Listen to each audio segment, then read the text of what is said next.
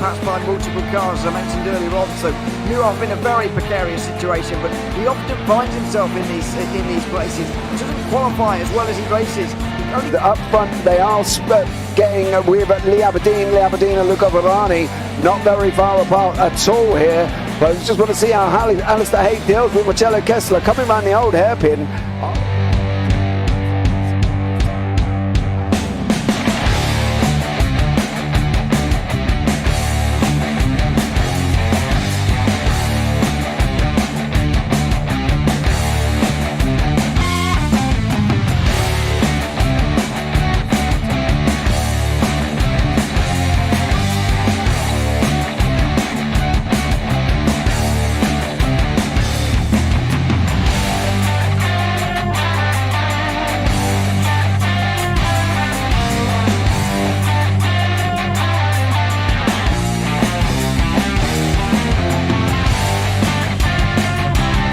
I would say it's not the best decision they've ever made, just not having done that under the safety car, really. Yeah, they're taking their pit stop strategies from Ferrari lately or something. What's going on? In turn one, just too much gas on them, too much feet on the out pedal, and unfortunately he's dropped him all the way down the order. But Philip Hammer is out in front by an 8.91 seconds.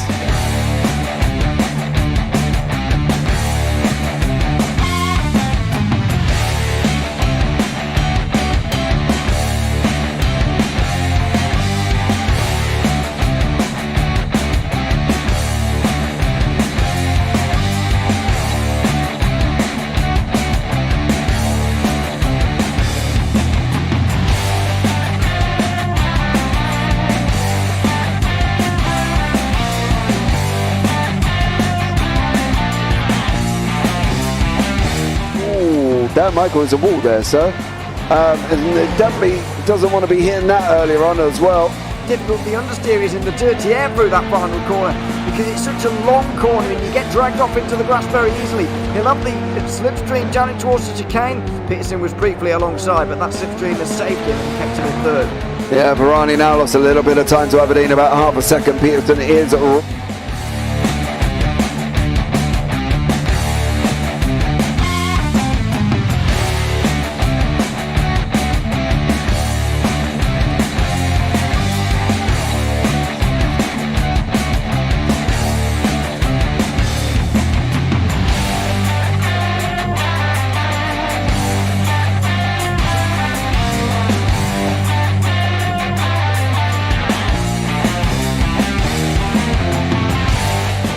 Pike's pushed Morton forward up ahead.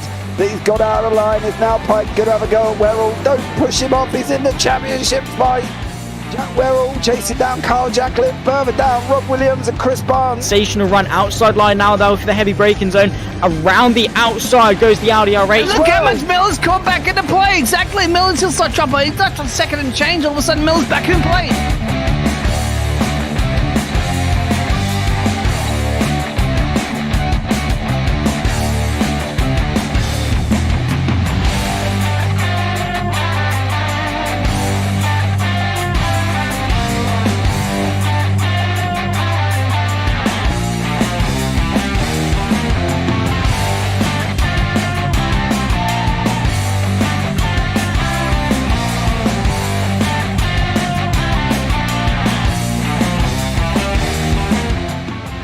Moving on to the back end of Phil Jocelyn. So there's been a lot of movers and shakers in this first 2 laps here for race. Absolutely serious racing league. Everybody's a lot have fun. Yeah, it's all about the entertainment. So I hope everybody is enjoying themselves out there in the chat. We know that Ron is been enjoying himself watching. The Burger King machine's off into the grass a little bit there. Is that really bunching up now?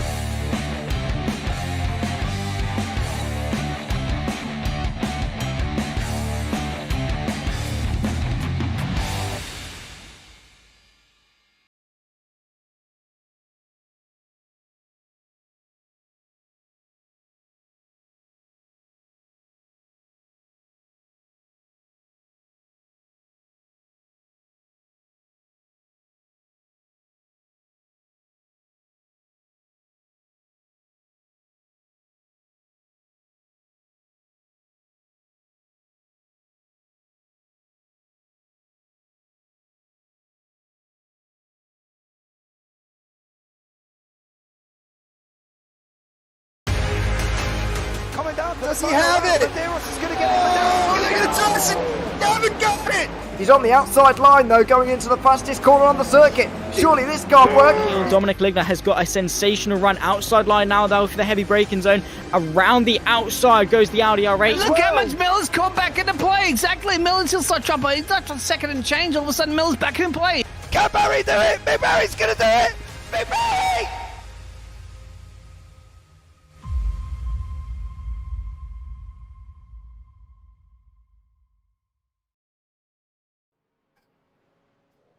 Good evening, ladies, gentlemen, and children of all ages. It is the return on a Wednesday night JPB GT4 Championship Season 2, Round 7, live from Suzuka in Japan. 5.75 kilometers in length. You've got the S's, we've got the Degners, we've got the Spoon, we've got 180R, and we've got the Casio Triangle just to finish off as well what plans to be a very tricky evening of racing. Let's bring you up to date with the scores currently at the moment here as well. In the AM standings, Mike Pierce is out in front of 329 points. Chris Barnes is in second place there as well on 313, with Danny Weston in third on 299. Torno Orametz on 294. Rob Williams on 269 in fifth, and then Stuart Rice in sixth on 267. Stefan Mellis in seventh on 249. Chris Evans on 246 in eighth. Richard White in ninth on 239. And Rachel Hoff finishes out and rounds out the top 10. Then you've got Stuart Gibbons, Ryan Taylor, Jason Haddington, Damien Hurst and Callum Milam. In the AM teams, it's Triple P Racing AMG out in front on 582, with Triple P Racing AMR in second on 513. Team Zilla Racing in third on 299, with Bonsai on 249. Triple P Racing AMC and Air Smart Racing 2 in sixth place. In the pro standings, well, it is no surprise to see Richard Simnor out in front from the AIRaceSummaries.com/Tracy team on 357. Mikey Pollard in second on 335. Stein Veman in third on 305, with Deck Craver in fourth on 248. Tom Weston in fifth on 225. Paddy Bortner in sixth on 207, with Gavin Petty on 202 in seventh place. Arnold Chonier in eighth. Then you got Tim Perry, Ian Manners, Chris Needham, Andy Jones, Adam Hedgecott, Jordan Malcolm, Michael Seal, and then Teague Ashburn. In the teams, there's no surprise. It's the AIRaceSummaries.com Tracy team out in front on 692, with Jesse in second place. Air Smart Racing third, Altitude Esports fourth, Blade Designs fifth, AIRaceSummaries.com Lucy team in sixth, Performance Link seventh, PDR in eighth, and 19 MX Raps Racing in 10th. I am James Parfitt. I'm going to be alongside my good friend again, Mr. Alex Goldschmidt here this evening. Good evening to you, Alex, dear sir. How are you? Good evening, JP. Good evening, everybody. Yeah, well, I can't believe how quickly this JPB GT4 Championship Season 2 has flown by, mate, hasn't it? It has. It has. We've obviously got one to add on to the end, haven't we? Because obviously the update, I think, was going to take longer than we necessarily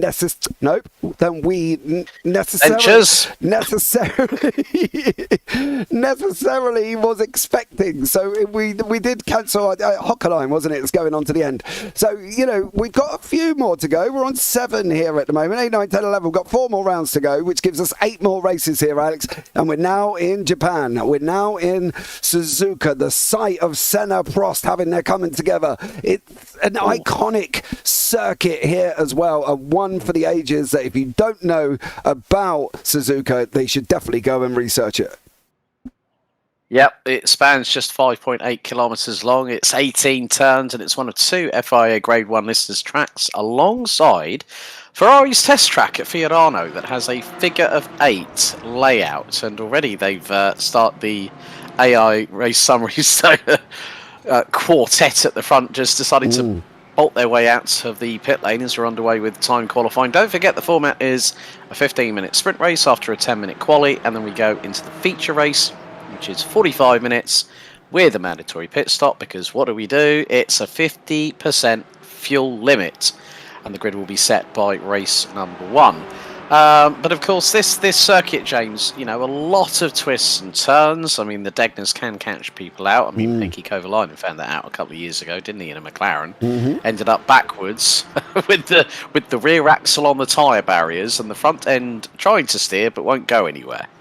Absolutely, and I think that's one of the things that it brings Suzuka, especially in that Degner, because Degner 1 is such a fast, really in conjunction with other circuits, it's a fast entry. The exit, however, is a brake and a slow down, is a slow entry and exit.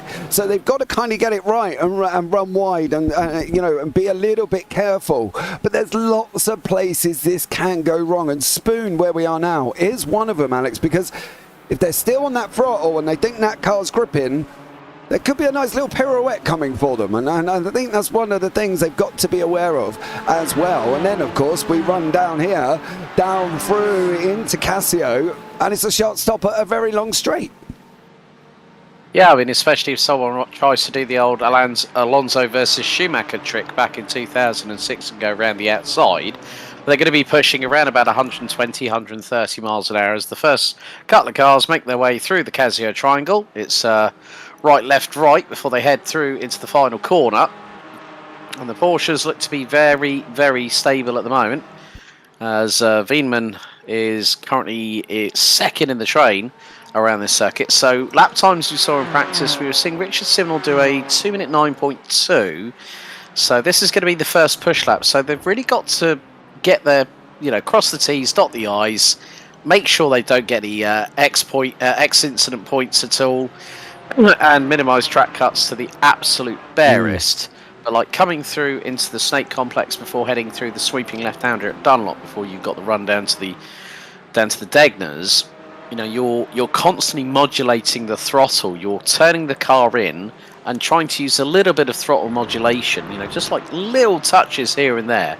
So at least the back end of the car doesn't do a pirouette and smack itself into the barriers. I think that's it. I think that is literally one of the things they are going to have to really, really pay attention of. They've got to give this track and these cars a lap or so to try and make sure that their tyres are up to temperature, because if they're not, it could be what I've got a funny feeling has just happened to Paddy Faulkner here.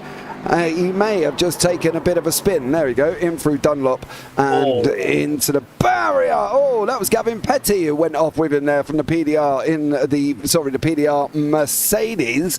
So that's what can happen through the Degners. That's what can happen. And Dunlop, I've seen it for what seems to be just a long left, sweeping left-hander. I have seen so many people go round because they've hit the curb on exit, or they've gone and hit it, over accelerated like Paddy Faulkner there. There's so much that can go wrong on what seems to be a very simplistic corner. Yeah, simple is a way to describe it, but the practical application is something completely and utterly different, as Paddy Faulkner just found out by bidding the front end of the Aston Martin right, exit stage left. First couple of lap times starting to come in. Richard Simnel, 2-minute 8.5. Wienmann of 2:08.9. Mikey Pollard's just gone P2. And then Chris Barnes, who's just put at P5. Derek Crowther is nearly a second off Simnel in the BMW. Oh my God, that is scary. But as we said last week, didn't we? These drivers in the AI Racing Services, conglomeration, we'll call it that, because otherwise, if I start saying Tracy or whatever, it's going to make me. I'm probably going to trip over my words, and maybe my dentures might need refixing as well at the same time. Ouch! Digging at me already, and we're only 5 minutes in here. What's going on? Hey, well, you haven't said your controversies yet. There's enough of them, trust me. If anybody hasn't paid attention today, there's enough of that already. Weston in the Porsche. Again, we've got that very dominated Porsche front three. Then we've got the McLaren of Andy Jones. Now, I like this McLaren livery that he's got as well. The Harrods green racing stripe down the middle. It looks awesome from Andy Jones. And that's, if anybody is an old school individual, they will know that livery, Alex. It's one of a classic nature, shall we say? All I'm going to say is McLaren F1 GTR Le Mans. Howza. It's just it's just awesome. It's just awesome to see. Because it's the first time in a couple rounds since Andy Jones has actually been on the grid. So we're glad to have him back. Welcome back, Andy. We've got about 22 cars on the grid for tonight, but we are coming down to around about the final couple of minutes, 2.5 minutes or so of qualifying. Simnor's, he's nearly 0.3 of a second ahead of Mikey Pollard. Stein Veenman a further 10th off. Then Andy Jones is actually really showcasing the pace of that McLaren 570S GT4, and he's less than 0.4 off of Simnor, but Veenman's just gone P2, 2 minute 8.755. So we are really getting down to the nitty gritty in this session. Danny Weston's had a bit of an off as well in the meantime, the number 69. Yeah. So is Taunor Oromet. So drivers getting caught out around this circuit. Yeah, they are. Gavin Petty at the moment has not got a time on the board, but he's got some greens and a purple.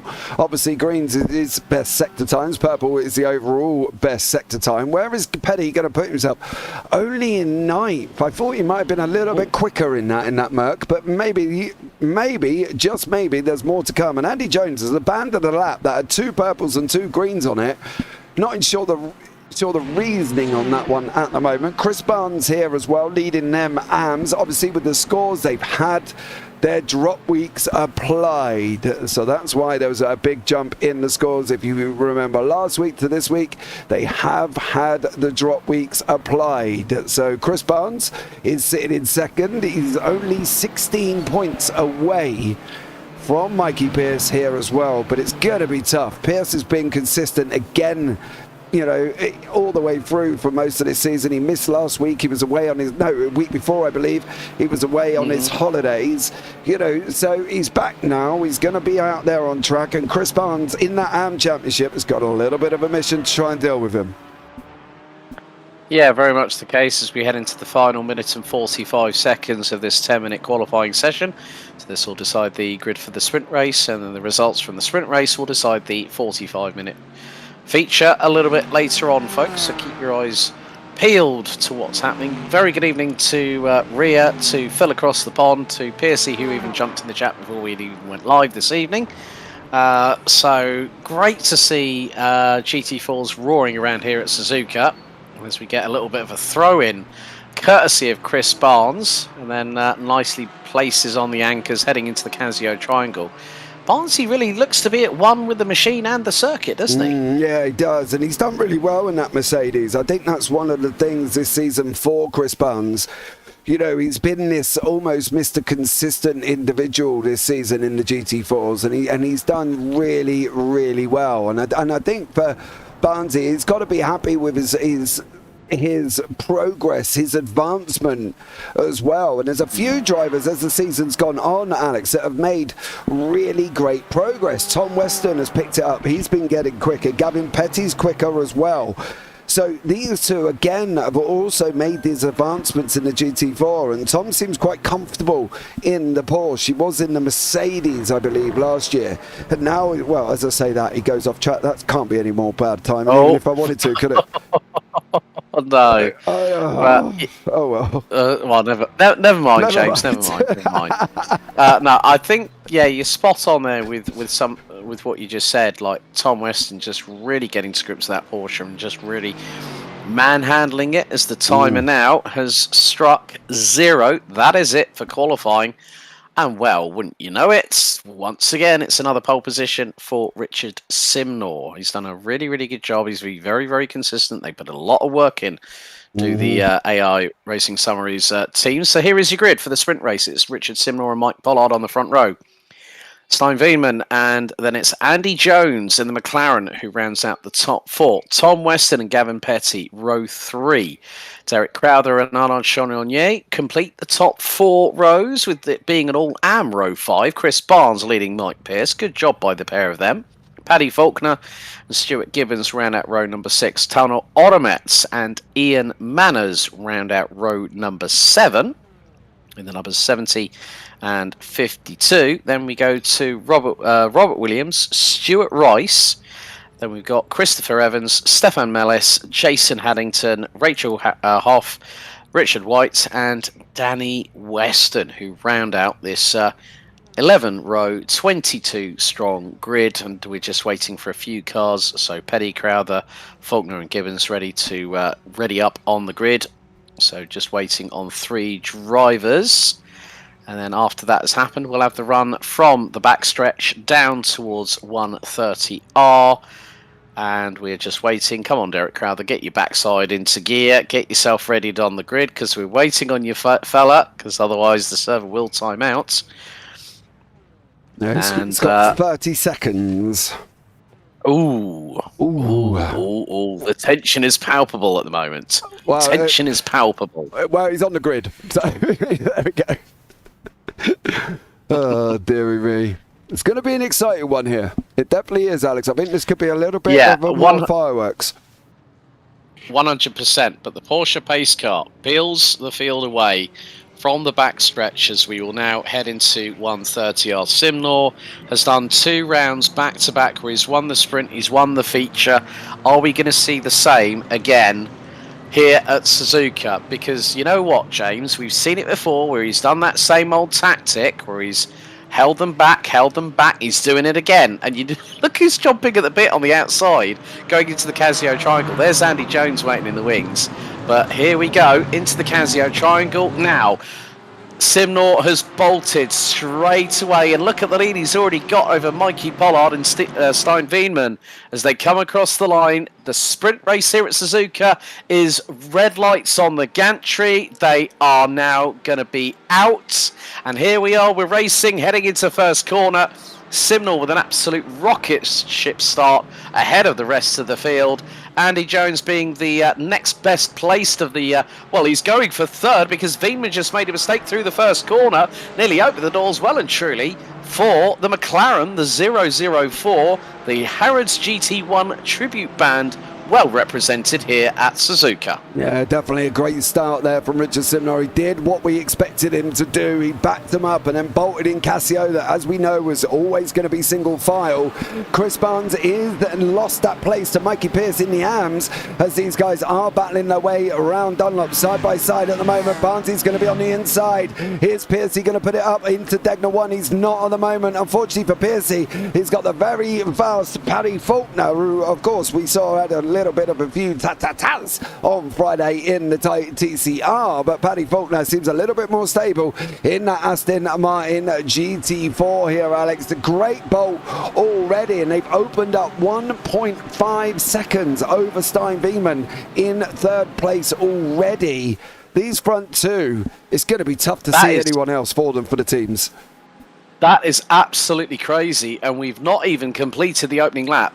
Lap times will be around about the 2-minute 10-second mark, bearing in mind this is a 5.8 kilometre, 3.6 mile circuit. And Andy Jones is closing in on Stein Veenman. Jason Haddington has ended up in the pit lane, but it's the run down to 130R between the 004 McLaren and the 66 Porsche heading into 130R. Could be running at a big lick of speed heading into the Casio triangle. Andy Jones points to those of the McLaren. Oh, there's Gavin Petty going very, very wide on the exit of 130R. Might have lost a potential position. Well, Sean Yonye's just dropped about 3 places, and he's already had a bit of an off-tunnel. Odomets gets through on him on the exit of the Casio triangle. And there is somebody else trying to get through. I think that was Ian Manners. Let's have a look at it. 130R on the grass. Petty goes wide. What happens to Sean Yonye? He's in the braking zone. He has to avoid in the back end. The back end steps out on him, and he has to rejoin. He hits the grass. His rear right goes on the grass. So as soon as he braked, he was nothing more than a slidey passenger on that one for Arnold Chagnon going into Casio there as well.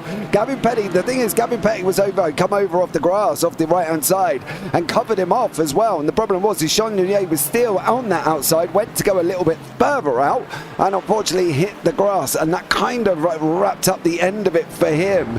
Mikey Pierce is under attack by Paddy Faulkner. These guys are in the same team here as well. they're associates, shall we say, in ARS, of course, and Paddy Faulkner. Is he going to want to pressurise Mikey Pierce at the moment? You know, he's got 11 minutes on the clock to try and make his way up, I suppose, as hard as possible. He's up 1 places. The front 7 have not swapped places at all. For Paddy Faulkner, does he really want to get involved with Mikey Pierce? Mikey Pierce is obviously getting involved with Chris Barnes for that AM Championship at the moment here. Does Faulkner jeopardise his own race rather than kind of going past Mikey Pierce, do we think? It's a difficult one to call, really, to be honest with you, James, because of the fact that, you know, he's got to get a real settle down at the moment. With 11 minutes and 12 seconds still remaining on the clock, there is still plenty of time for Faulkner to close in and pass Mike Pierce. He just needs to be shrewd, he needs to be strategic.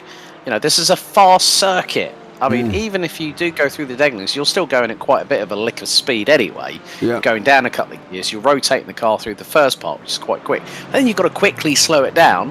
You then come out of the second Degner. You've then got your full throttle all the way to the hairpin. Then you've got to brake for that. Then you've got 200R. Then you've got Spoon, which is the most deceiving double left-hander on any circuit known to man currently in modern day motorsport, as Tauno Oromets is trying to break the train behind him, which is, I think, Sean Onyé, who's got manners right up his exhaust pipe, trying down this very long start-finish straight. And this is where you really pick up about 3 to 5 kilometers an hour overspeed because of the slipstream, and Manners isn't hanging about. He's wanting to put the pressure onto Sean Onyé and try and get through on him. Yeah, he definitely is. The problem for Oromets is that BMW went a bit slidey going through turn 1. That's allowed Sean Onyé and Manners to get closer. Now we've got a Merc BMW battle here, and that's going to be the interesting thing for Oromets. He has moments in this BMW where he's got great pace, and then there's tracks that this BMW does not like, and Oromets will even come out and say it doesn't like it. Like, it cannot handle the way the track flows or corners or whatever the reason may be for that BMW. You saw it eat the curb going into Degner 1 there. Didn't really take much on the exit of Degner 2. That's going to allow Arnaud Chagnon to start closing back in again. And if Oromets does not defend as best as he possibly can here, or Chagnon is going to try, and there you go. If you're going to leave the door wide open, Alex, you're going to be burgled, mate. And Oromets is going to look like he's gone and done what I did not want him to do, because, as I said, he's got to defend from that Merc. Chagnon looks a lot quicker coming out as they go round 200R, down into the Spoon here as well, ready to go. 9 minutes on the clock. Yeah, Chagnon straight up there like a rat up a drain pipe, and he manages to get through on Tauno Oromets, but then there's 2 Mercs behind. You've also got not just Manners, but also Stuart Gibbons in that melee, so it's a trio of Mercs against one mighty little BMW from Munich, and Oromets is not having the greatest run at this moment in time, so he's really got to watch his 6 as they go down the backstretch into 130R, turn it in, hope it sticks with all 4 contact patches. They all get through, but the Merc seems to have the legs on the BMW also, not just in a straight line, but also under braking. As you can see that Ian Manners getting so close to the back of Tauno Oromets, and Stuart Gibbons nearly gets himself a little bit caught out coming out of the Canzio triangle, but Manners is closing in on Oromets. He's right up his rear exhaust pipe. Is he going to pull to the right? Yes, he is. Is he going to get the overspeed?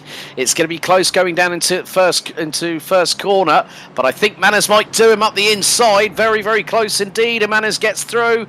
Oromets has got no other option. Nearly gets the tag from behind, courtesy of Stuart Gibbons, but they all live to fight another day. Yeah, they definitely do. Oromets did the same thing going into first turn there as well. His BMW's back end decided to become like Bambi on ice here, and now he's got Stuart Rice from Blade Design sucked up right behind him to try and have a go in that 47 Mercedes over that 70 BMW. Of course, this is a battle in the AM Championship. This is a battle for 3rd overall in class. Okay, so 3rd in class here for these guys are Stuart Gibbons and Tauno Oromets. You can see up into the pros, Gavin Petty and Tom Weston were almost side by side. Weston's off and he's straight on. Oh, dearie me. Slightest amount of contact, and what that's allowed is that there is Derek Crowther not too far behind, who's currently now what will be 6th in the pro classification. Slightest of contact with the between the right front of Gavin Petty and the left rear You can just see here the slices of touch, and Weston has no other alternative but to try and keep it out of the barrier, and he does an admirable job of doing so. But yeah, I think at the end of the day, it was immovable force versus unstoppable object, and one had to give way, and that was Tom Weston. It definitely was, unfortunately, for Weston. I know he's been working hard this week, getting the practice in as best he can. Now for Petty, he's got the man who drives the BMW for fun in Deck Crowther. Crowther's trying to close him down here. Obviously, Crowther's last season AM Championship promoted to the pros. John O'Cook work him in as well. Go, go, go, Tom Weston. Well, unfortunately, he went into the gravel trap. Chris Evans and Danny Weston fighting it out down in the AMs at the moment for 6th and 7th in class as well. That's a long way back, mind you, for Danny Weston, who's sitting currently in the championship here, Alex, as well. For Weston, he's sitting 3rd at the moment. Kind of needs to be ahead of Torno Orometz, Rob Williams, Stuart Rice, and possibly Steven Mellis. He's ahead of Mellis, he's ahead of Rice, he's not ahead of Williams, and he's not ahead of Orometz. Maybe Danny Weston in that Merc is just not loving life, given that Gavin Petty in the Merc in the pros is sitting 5th overall, up 1 place. Very different circuit for some, very different circuit for others. Well, Danny Weston's had to be on the back foot all the way from qualifying because he didn't set a lap time that put him in the tail end Charlie of the field. He's fighting his way back. So really what he's got to do now is try and get through on Christopher Evans for what will be 6th in the AM classification. And you can just see how hard he's pushing. The car looks like it. I mean, I wouldn't say that Danny's overdriving. He's just pushing it to the limits of adhesion, maybe slightly beyond. 2 wheels in the air going into the first Degner, into Degner 2. And again, just running the car a little bit wider to try and carry that momentum through. Danny Weston is trying to do, I think, a little bit of damage limitation in this race. If you can get to the top 5 in AM by the checkered flag, which will be in about 5 minutes, he'll have done a very, very good job at a very, very fast and technical circuit, which is no easy challenge. No, definitely not. The problem with what he did in that first Degner is he put him offline for the second Degner. You can see on the Degner 2 that it's got almost a dip on the right hand side that you really want to use to help the car rotate, and unfortunately for Danny Weston, he didn't. Oh no! Chris Evans has gone round in spoon. Oh dear. So this is the replay. He's going to take a lot of apex, and he just touches the AstroTurf on the right hand side, and bang, he spins around. And then Danny gives him a little bit of a touch to point him in the right way. I think Danny really didn't have anywhere to go on that. No. But yeah, I think Mr. Evans unfortunately did that on his own rather than being assisted. I mean, Danny was putting the pressure on, but I don't think he probably expected to see Chris Evans come towards him and him go, I've got nowhere to go. There goes me front bumper. I think that's the thing, isn't it? When you've got nowhere to go in that situation, it's always going to be tough to try and avoid it. You know, we're not, how can I put it in a nice way? You know, we're not AI, we're not robots.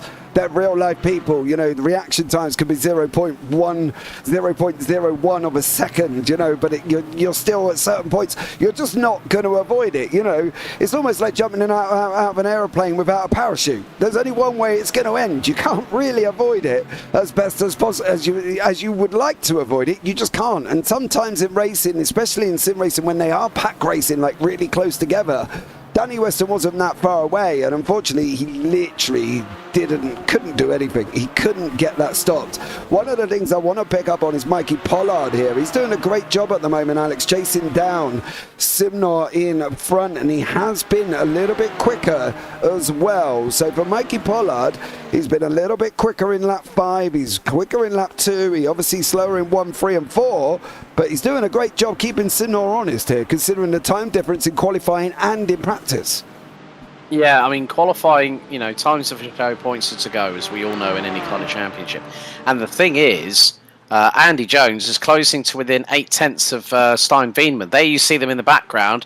Jones with the headlights ablaze on the 004 Harrods Tribute Band as our leaders make their way through in towards the Casio Triangle. Pollard is just looking.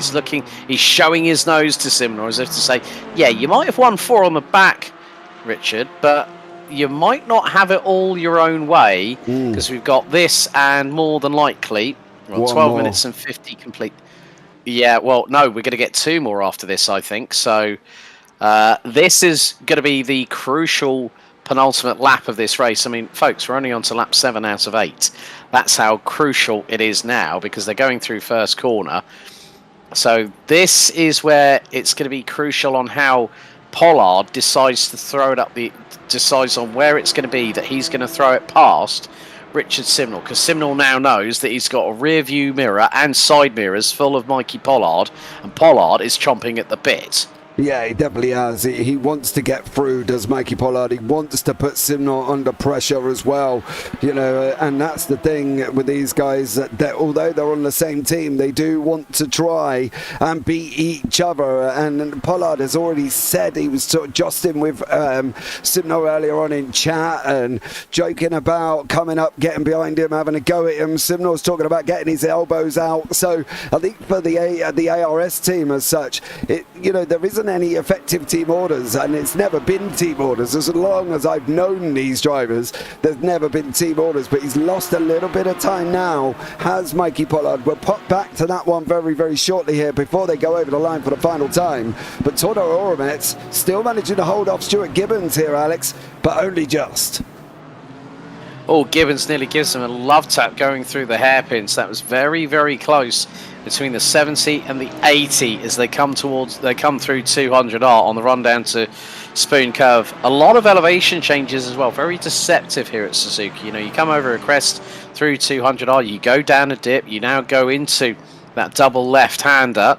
And, Oromets has lost the back end. He's lost the back end. He gets a touch from Gibbons.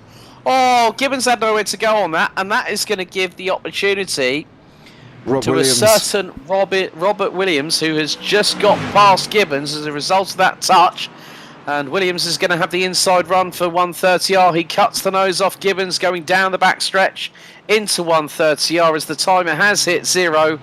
And I think that is it, done and dusted pretty much. But, Gibbons loses it and smacks the barriers. Oh, my goodness me. What on earth have I just witnessed there and then? Okay, sorry, I was looking at the clock. It was really close, but I've got a funny feeling Gibbo's hit the curb. He has. He's run the curb out of 130R, and look at the state of that. That was 900 easy. Oh, mate, absolutely. It was so close to them making this the end of the race. Like, literally, I think there was seconds, maybe even tenths in it, to the fact that Simnall got over the line there, but he only just made it. That's going to be very, very close. Now, for Rob Williams, I've got to say as well, he's up 2 places at the moment, doing a great job. He's just gone about his business and finds himself 3rd in class, so that would be a massive boost for him, as he's been fighting with one Mr. Stuart Rice and Stefan Mellis and Torno Oromets. Mikey Pierce and Paddy Faulkner still going at each other with Chris Barnes as well, as the leaders come round 200R to the Spoon for the very final time.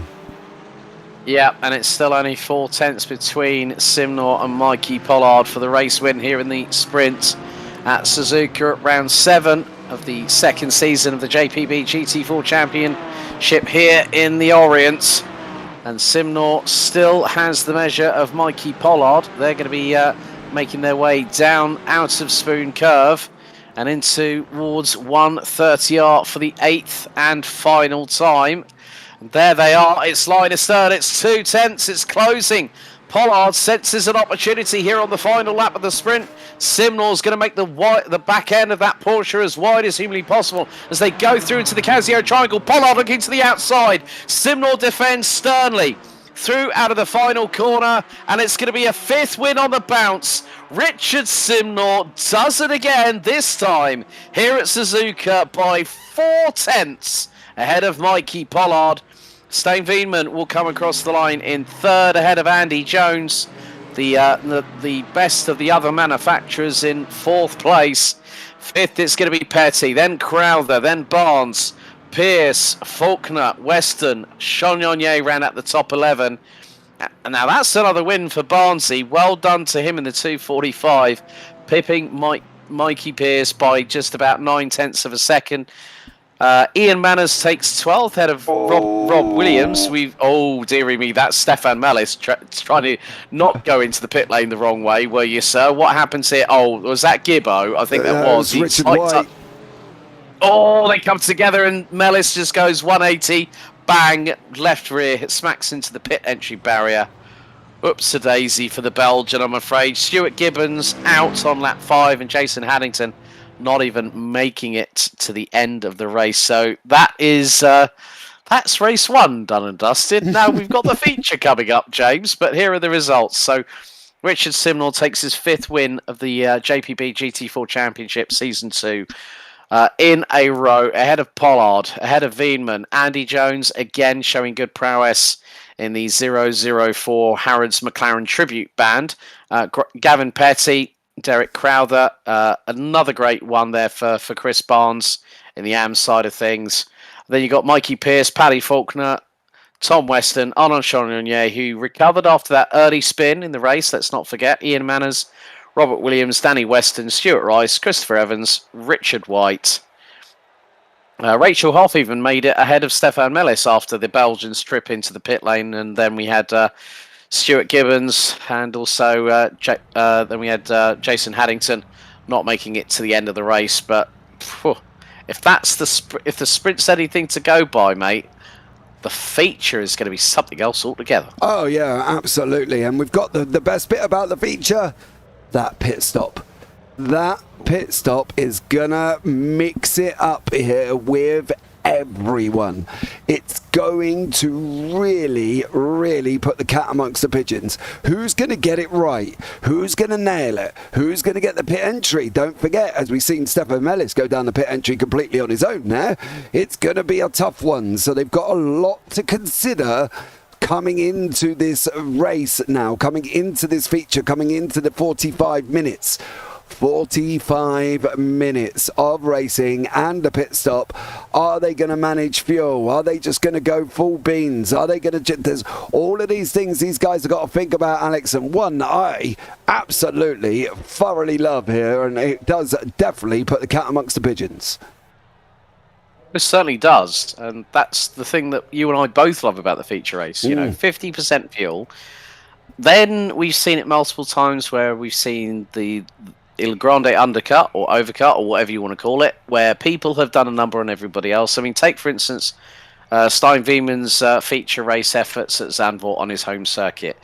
This one is going to be different because mainly, what have we had? We've had a little bit of cha-cha-cha, as you rightfully say during broadcasts, when we've had a few people have a few moments with the barriers. I pretty much would say that when we get to the last third of the race, that's when, rather than sense of urgency coming into play, it's going to be a sense of desperation kicking in. Yeah, and the thing is as well, I fully understand them going for it, and I fully understand them driving the car. What they don't want to do is what I believe Danny Weston was probably doing in race 1, is over-driving the car. And when you overdrive, you make mistakes, and when you make mistakes, you get frustrated, and then you get frustrated, you make a bigger mistake, and then when you make a bigger mistake, the red mist comes a-calling. You know what I mean? And that's the thing. It's got... Keeping themselves under control, I think, is going to be the way that's going to work for some of these guys. And I am interested to see how some of these cope. It isn't a reverse grid. It is the race is set by the finishing positions in the sprint race. So we will have Simnor, Pollard, and Wieman, your top 3. And obviously Barnesy, Pierce and Williams will be leading the AMs. They'll obviously be a little bit farther back. They're not split grid into class. They are intertwined. Yes? Yep, intertwined with each other. The pros and AMs are mixed. So, you know, it's going to be tough, and it's going to be interesting, and it's going to be hard. And that 45-minute pit stop is going to come down to who is going to lose the least amount of time in that pit lane entry, I think. And I think them 2 temps, 3 temps, as you can see the pit lane on the bottom of your screen there, it's that long sweeping right-hander. Who's going to lose the least amount of time going into that, Alex? And I think that's one of the things that's got to be considered. Yeah, I mean, I'm really pleased to see Andy Jones back. He really gave Wieman a run for his money early doors and actually towards the end of the race. So I'm wondering what out of all these car brands are going to be the most efficient on fuel, because that's going to be quite crucial. We both know that through strategy, that sometimes if you're staying behind another car, yes, you are going to get the dirty air, you're going to get the aero wash, but it means that you're not going to have to be at full throttle like they will be in front of you. That means you have a little bit of extra reserve if you want to give it the berries on the loud pedal when you absolutely need to. Give it the berries. Push the foot down to the floor and chuck it some beans. Let's just put it that way. Yeah, you're right. And that's one of the things that, again, that's all got to be taken into consideration. Are they going to lift and coast? Are they not going to lift and coast? Are they going to, just go for it? What's the situation going to be? It's all going to be a bit up in the air. But let's bring you up the grid for race 2. Richard Simnor is out in front on pole position with Mikey Pollard in second. Stein Veman is in third with Andy Jones in fourth. On row 3 is Gavin Petty and Dec Crowther. On All-Am row 4 with Chris Barnes and Mike Pierce. That's going to be a battle to keep an eye on, guys. Paddy Faulkner, Tom Weston round out row 5. Arnold Chagnon and Ian Manners is on row 6. Then you've got the AMs at the back with Rob Williams and Danny Weston on row 7. Stuart Rice, Chris Evans on row 8. Richard White, Torno Oromets on row 9. Rachel Hoff, Stefan Mellis row 10, and then Stuart Gibbons and Jason Haddington, who both had moments during race 1. So let's have a look at these guys as they sit there patiently waiting. Don't forget, guys, this evening is sponsored by Sim Racing Community. You can go and check them out down in the link below at simracingcommunity.com with all of your sim racing needs. There is news, there is views, there is blogs, there is liveries, there's a bit of everything all on that website, so you can go and have a look here. Is Simnar going to back them up once more? He knows it's single file through Casio Triangle. He knows that nobody can really get alongside him. He's gone. He's going to go once more. He's going to nestle him into that single file. Veman almost looked like going into the back of Mikey Pollard, but it is Richard Simnar who has bolted here once more. He has gone, and we are green in about 5, 4, 3, 2, 1. There we go. We're up and running, and it's Simnar into turn 1. Out in front, gained about 5.5 to 6 tenths in the lead there. Mikey Pollard, Stein Veman, Andy Jones, Gavin Petty, all making it through. No real changes until you get down to Danny Weston, who's had an absolutely stellar start. He's up 2 places, is now battling away with Chagnon. Tom Weston and Chagnon side by side at the moment here, Alex, as well. Great start for everybody there. Danny Weston, the biggest gainer. Richard Simnor did what he had to do, got away. Yeah, that's been his tactic for the last 6 races, apart from a couple of times at Zandvoort where we've seen him back up the field, accelerate, and then back up the field again before catching them all napping. So already he's built up a gap of about 7.5 tenths of a second over Mikey Pollard. I don't think Pollard got a tag from Veman. I think it was more a case that Pollard got a little bit unstuck coming out of the final corner. And you can see now that Andy Jones is very, very close. I'm really excited to see what this McLaren does, because Andy Jones, he was in a Merc beforehand, let's not forget. Switched to the McLaren, it unlocked some pace and unlocked a little bit of racing from the 004. The last time we saw the car 2 rounds ago was actually a very, very body in white livery. What I mean by body in white is like what the car comes off of the factory line before it gets all the bits and pieces attached to it. But he's really giving Veman and Pollard something to think about.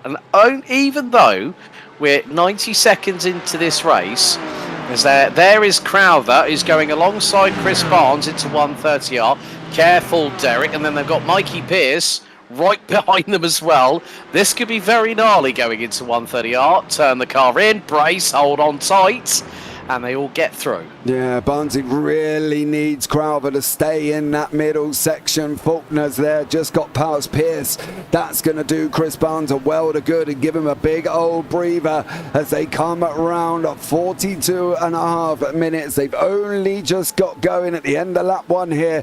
Barnes in front of Crowther, in front of Faulkner, in front of Pierce. That's the most important thing at the moment is Barnes has got a 2-car cushion Weston over Mike Pierce. If Barnes can wrap up both of these here this evening, that is going to be a nice chunk of points for Chris Barnes, put him right in there with Stefan Ellis. Toro Oromets in that BMW, still not loving life there, Alex. Running wide again in turn 1, and again, that BMW is nothing more than Bambi on ice in turn 1, and Oromets is struggling. Oh my goodness me, Stuart Rice with the almighty, the Hail Mary round the outside of the BMW, managed to squeeze through a gap that was very, very quickly closing, and caught our Oromets out. Nearly meant that the Estonian was off. Stefan Mallis is pretty much side by side with Stuart Gibbons at the minute. They're having a bit of a 2 and 8. They are coming into the first egg now, where Gibbons will have the inside line, but they've got to be very, very careful. But Mellis stays ahead for the minute. Yeah, I think it's now a case of what can the 3 behind Simnor do? Pollard's about half a second behind. Then it's a further 3/10 back to Veenman. And then Andy Jones is keeping within a second of third place. So you have to look at it from this perspective. Okay, yes, the AI Racing Services trio at the front holding the Porsche meritocracy like we have seen for quite a few races now. Can it be broken by the might of Woking? Well, if Andy Jones can time his strategy right, I mean, he's not going to be in the optimum slipstream with Veenman ahead of him, because look at this, it's a flying formation at the front. It's 1, 2, 3. They're covered by half a second, heading through into 130R. Now hard on the brakes into the Casio triangle. We all know, you and I especially, in the fact that the cardinal sin in racing is never take out your teammate. Well, what they will have to do is just watch their P's and Q's and just make sure that they don't cause each other problems. But if they start battling, that's going to bring Andy Jones and Gavin Petty into the mix. Now, Petty might only be 1.6 seconds, 1.7 seconds behind Jones. But if these top 3 start fighting, it can happen. There may not necessarily be team orders. They want to have points, but some of them will have that little burning feeling in the pit of their stomach called pride, saying, you can win this. Mellis. Oh, dearie me. That is Suzuka sideways there for the Belgian. He managed to gather that all back up, but he just went on the grass and just went completely sideways. He's doing the full old Oppo lock to left hand down, and he still managed to catch it. Yeah, that seemed go by. Trying to see where the back end of that, because there was a lot more. I think he just went into turn 1 way too quick. Hit the curve, tried to avoid Gibbo, and did a nice little hop, skip, and a jump, and over he went. Now, this is a battle for the AMs here. Rob Williams has opened up a little bit of a gap over Toro Oromets. Now, what that means at the moment in the championship here as well is Williams is basically wrapped up 3rd in the sprint race. Okay, so he wrapped up 3rd in the sprint race here already, so a great haul of points. Now he is chasing down Oromets, and he's doing a great job. At the moment he's got 19 points here from the first race, so for Rob Williams he really needs to try and stay in front of Oromets. He's got to look at trying to catch Chris Evans, but that's a different situation. But at the moment, for Williams to get into that 3rd place, he's got to beat Oromets, and he's got to be, or get close to as possible, over Danny Weston.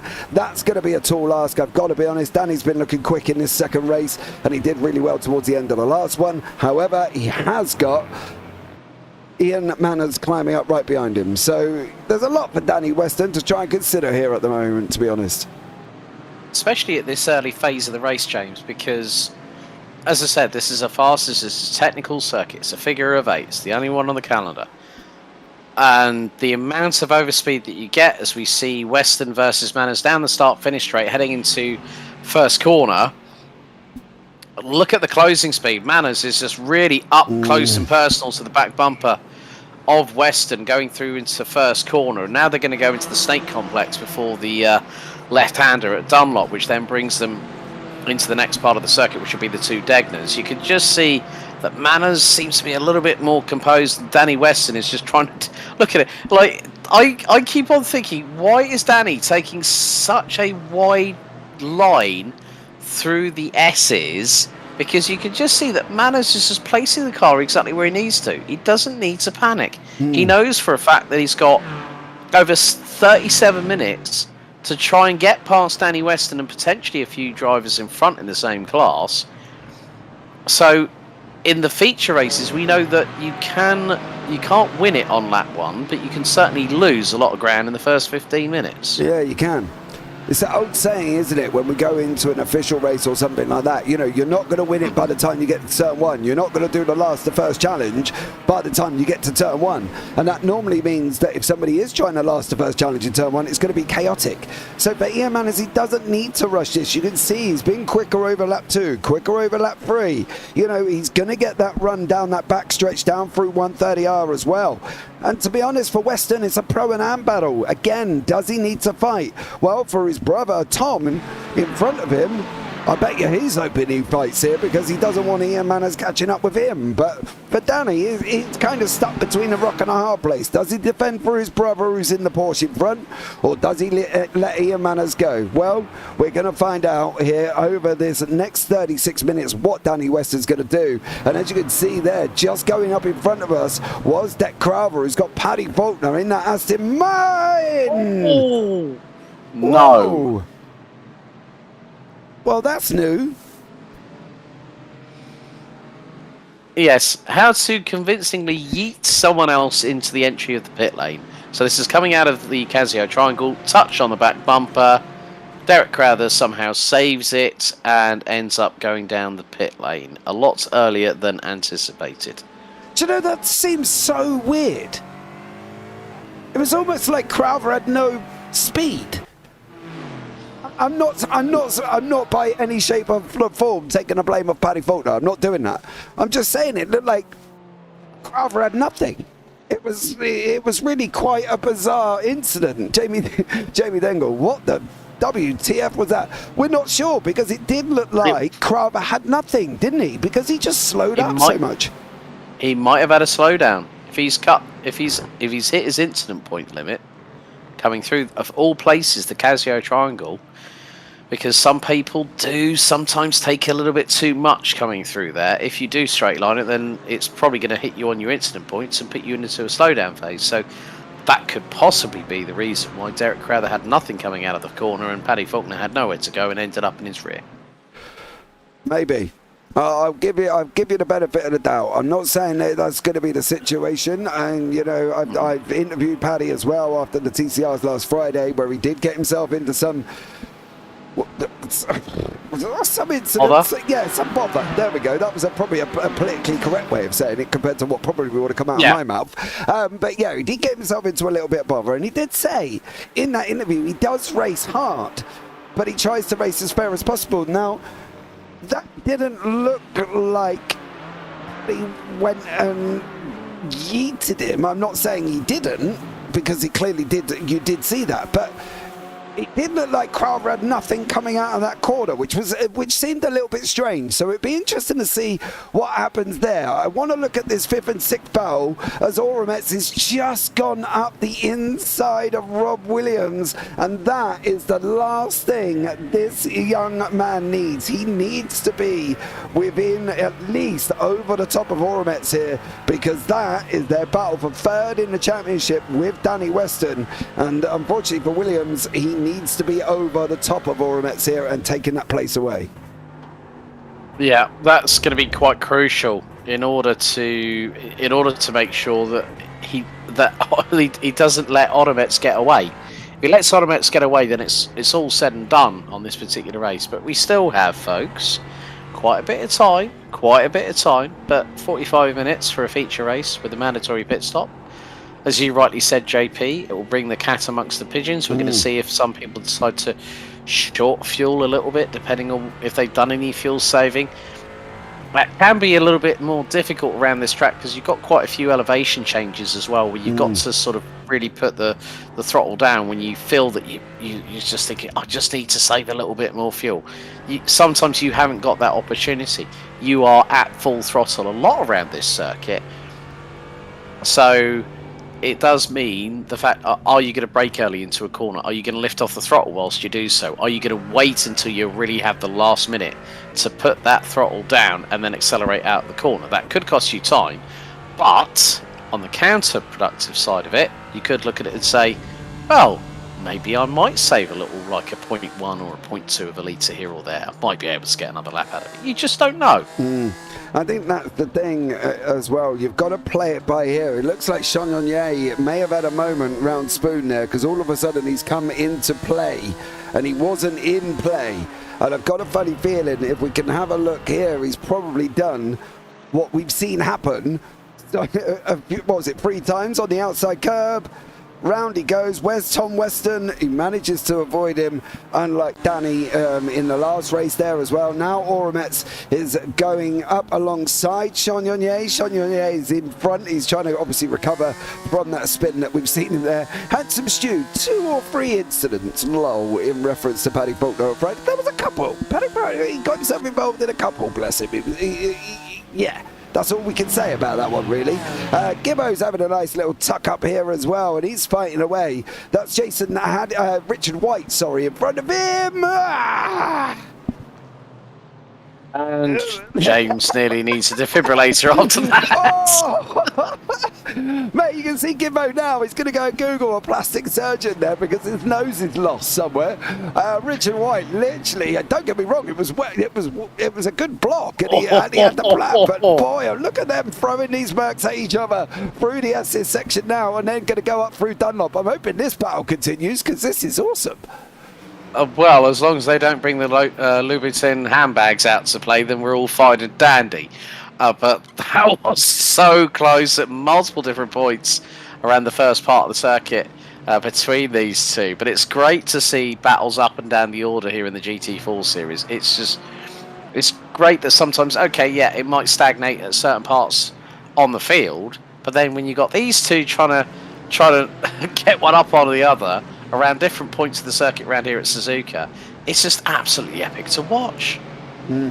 It definitely is, and I think that's where we've been really lucky, and with the drivers here as well. And it's always difficult, as we've mentioned before, bringing so many drivers together into one community, but they've all done really well this season. And this type of racing that we've got now, Manners is still not cleared Weston. He could have yeeted him off by now. He could have just got frustrated, but he's waited. He's been waiting almost 6.5 minutes, which is about 3 laps here, and now he's through. He's done it cleanly. Now Weston's going to look at trying to come back as they come out of 130 up into the Casio triangle, and that's it. So for Ian Manners there, that was patience. That was how to deal with a different class of driver. I'm not going to call Danny Weston slow, because he's not slow by any shape of the imagination, but he is in a different class, and that's how to deal with it. And you can see it in the background with Chris Evans and Arnaud Chagnon. Again, look at that. Evans right over to the wall there, Alex,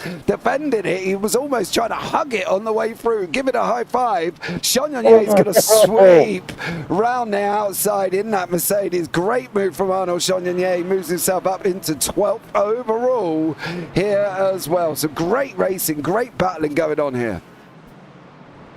Evans was so close to touching the back bumper of Chagnon going through the exit of the first corner there. That was mightily close, and they both got through it. But then Evans has got the likes of Oromets, Williams, Rice.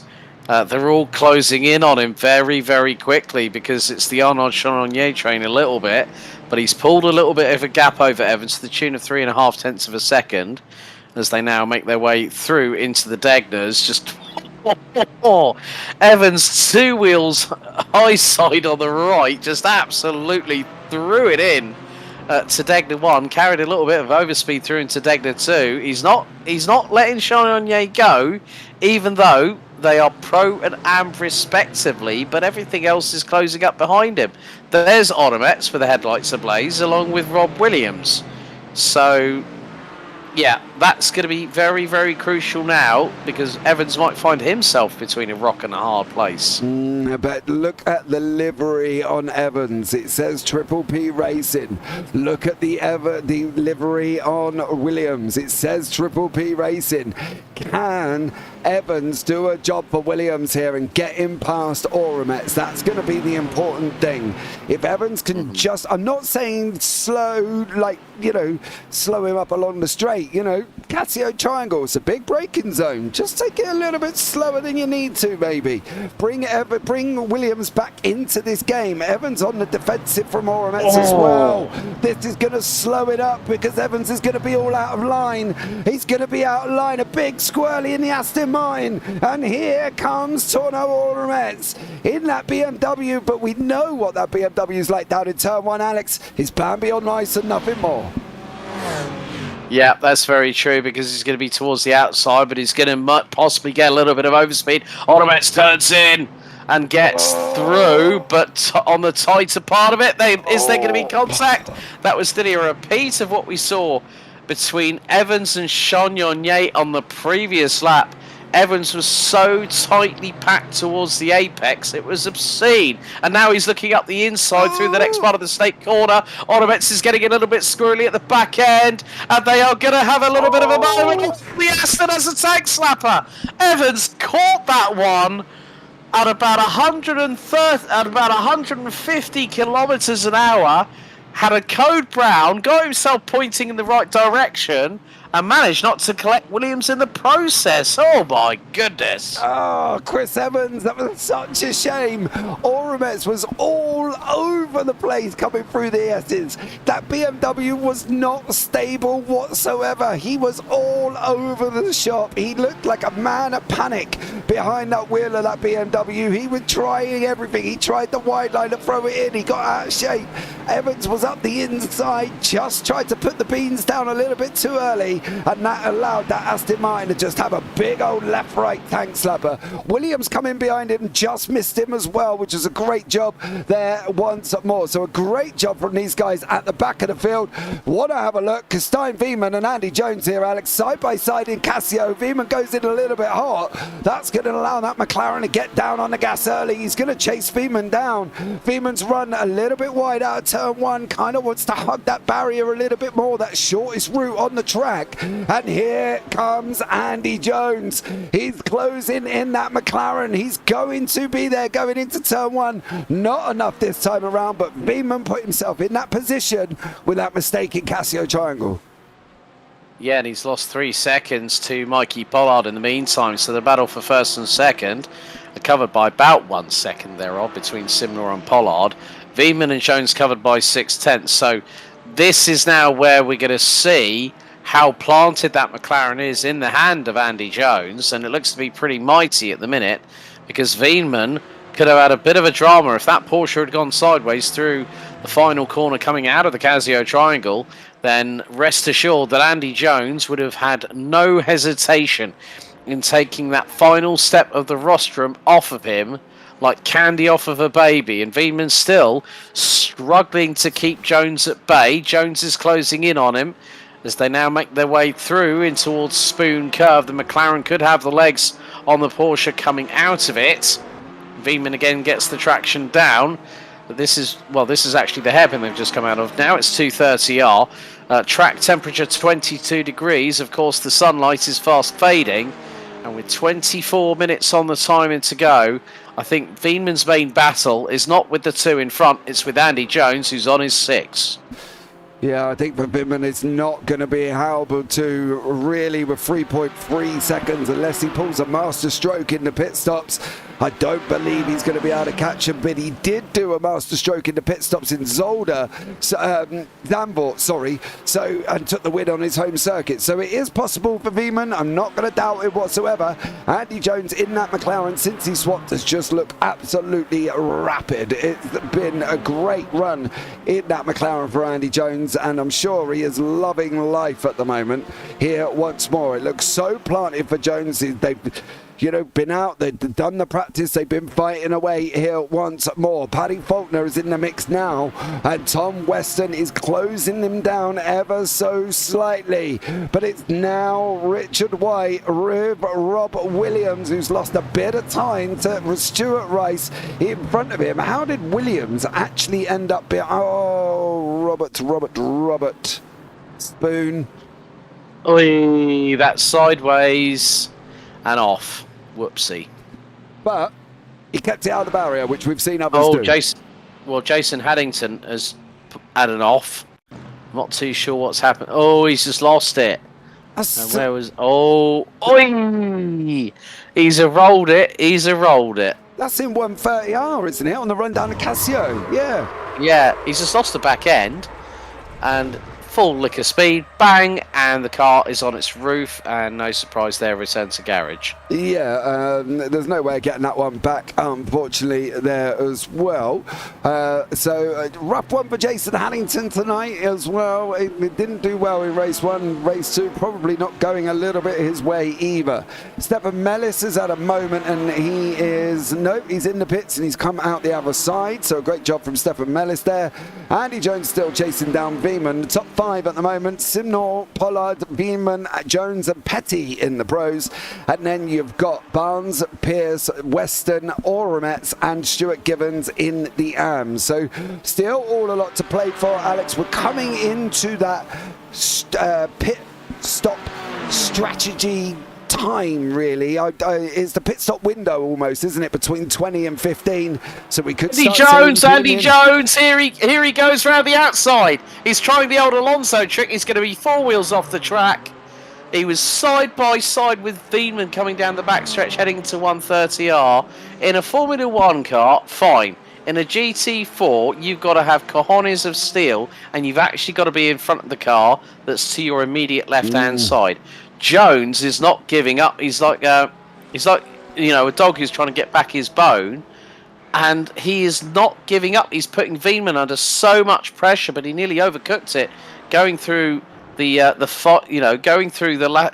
130R. He could have lost that and been backwards into the barriers like we saw with Jason Haddington just a few seconds ago. Yeah, absolutely. He definitely tried it. He didn't. He managed. The thing is, though, it was all or nothing on the curbs. He's still trying up through the S's here. He's given Veeman all types of problems there as well. Veeman a little bit snaky out of the second part. Through anti-bank they go, round into Dunlop now. Jones is still giving Veeman pressure on him now through Dunlop, coming down into the Degners they go. You've got Degner 1 in front of you now. Slightly old dab of the brakes. Get it over that bump. There we go. Get it stopped. Get the inside bump. There you go for Andy Jones, and he did, and he's just shown you how you should have taken that corner, how anybody should take Degner 1 over the curb, get it stopped over the curb on the exit, and he's doing a great job here. The thing with that curb coming out of 130R, it was all or nothing. He didn't half it. He didn't put 2 wheels on it. He literally got the car off it completely. So that's probably how he survived that one. He was very, very lucky. But I think it's, like you said, he's just trying to put Stein Veeman under so much pressure to see whether the Dutchman will make an unforced error. And now we're coming out of Spoon Curve and heading down the back stretch. This is where Jones can really get the run of speed. You can see that it's going to start closing up. Gap now is about 4.5 tenths. That's going to start getting closer and closer still. Heading into 130R. They're 3.5 tenths of a second apart. Through into 130R. Now, what does Jones do here? Does he try and keep Veeman guessing? Well, he does, but Veeman able just to sort of put the car where he needs to, because he's got the benefit of the doubt of having the racing line. And with just over 19 minutes to go, a lot of the drivers have yet to pit. So it seems like a few of them might be eking out that longer strategy. I would hazard a guess that Andy Jones will be one of them. Yeah, I think so as well. Literally nobody has pitted all the way down to Stuart Gibbons. Oh, as I say that, he goes into the pit, so that's just typical. So now it's Rob Williams. Actually, it's Richard White in 14th place, who is currently up 3 as the last man to pit. Williams has gone into the pits in front of him. There's Stuart Rice and Chris Evans battling it out here once more from the Triple P Racing AMR team. Both of these are teammates, so you know, probably not best to take each other out on this one. Rice is getting very, very close, mind you, in his Aston Martin, a countryman there. But Evans has got that a little bit all wrong. He got a little bit wide coming through there as well. He's pulled it tight in. Rice is going to have a go. I don't think Rice is going to make this move, to be honest with you, Alex. I think it would be crazy if he did, but I think this could be another battle of the pit stops with Stuart Rice and Chris Evans. The front two, though, Pollard and Simnor not very far apart. Yeah, I mean, Pollard now might have the edge on Simnor. Simnor has led every single lap of the sprint race and so far on the feature. So this could be very, very crucial on how Mikey Pollard decides in terms of reacting to what Simnor does. And coming out of Spoon Curve, Pollard was a little bit wide. I think might have touched 2 wheels on the exit of the curbing. But again, he's getting really, really close through 130R. Andy Jones is chomping at the bit, and he's right up the rear diffuser of Stein Wieman. They're a tenth of a second apart. So now Wieman's got to get a wriggle on and try and do something about it and defend from Jones. And that's easier said than done. That McLaren seems to have the waft behind it when it's in the dirty air of a Porsche. Yeah, it does now. Wieman goes into the pits. That's going to release Jones there. Job done almost for Andy Jones. Short race, Chris Evans still as they come round the hairpin, still battling it out once more. Rice loses a bit of time to Evans there. Evans gets a little bit more of a favourable run, and Mikey Pierce has got Tom Weston behind him, and they're going past Wieman. Of course, Wieman has pitted. Paddy Faulkner is in front. Now for Tom Weston, this is kind of almost roles reversed here for his brother Danny, who has just actually gone into the pit. So Danny Weston's gone into the pits there. We've still got this cycle coming up. It's going to be a little bit manic for a few minutes or so as people are coming in and out here of this pit stop cycle, and it's going to be a great watch to see how this one unfolds here, Alex, because pit stops always bring that different dimension. Yeah, we've seen it where some drivers have pitted for a second or two less than their opposition. And that's really given them the sort of head start on the second phase of the race. You know, we've got one phase where it goes from lights out to the sets of pit stops. And then after that, it's go and do your best, fling it around the track, make sure you don't go off circuit or hit the barriers. And make sure that you race hard, clean, but fair. That's it, isn't it? It's got to be fair. I don't ever have a problem with hard racing. What I do have a problem is when it becomes that almost bumper car situation. And, you know, we're fortunate enough, touch woods, that we haven't really seen that across the leagues. Yeah, TCRs get a little bit spicy, but they're TCRs. That's what they're there for. Clios, as always, can have a little bit of a problem. And we can see it here with cars spinning and spoon and nowhere to go for the car behind. So there's always going to be little points of contact, but it's never really a wreck fest. Unless, of course, somebody spins going up through Watkins Glen, up through the S's for the first part, and then everybody ends up blocked in. Leaders are in, covering each other off. So this is it now. Where's this one going to work out, and where is this man going to come in and out in conjunction with the two that have just gone into the pits to get their pit stops done, and they're still not stopped at the moment. They're still not stationary. They are now. There's a lot more activity. Jones, Petty, Faulkner, Pierce, Weston, they've all pitted. Manners has gone on for another lap. What about Odomets? Odomets is also in the pit lane. Richard Simnor in the pits for 14.67 seconds. Mikey Pollard, 14.4. Andy Jones, was in the pits for nearly 17 seconds. So that has meant that Wieman has jumped to Manners. He's got past him on the pit. Well, he stayed ahead of him on the pit stop phase. Jones has come out in front of Petty and Faulkner. Weston was in the pits for 17 seconds and has been jumped by Chris Barnes. Whereas Mikey Pierce has been in for over. What has happened to Piercy? He's been in the pits for over 35 seconds. He's still there.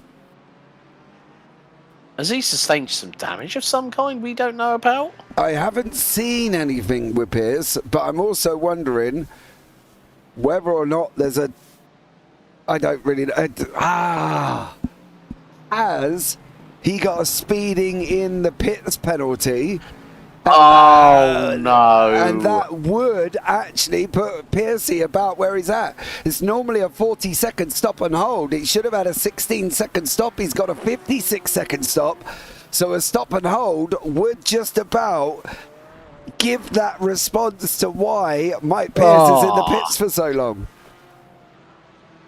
Yeah, it would. It would. It's a 40-second. I'm sure it is a 40-second stop and hold if you speed in the pit lane, and he's got a pit lane time of 56.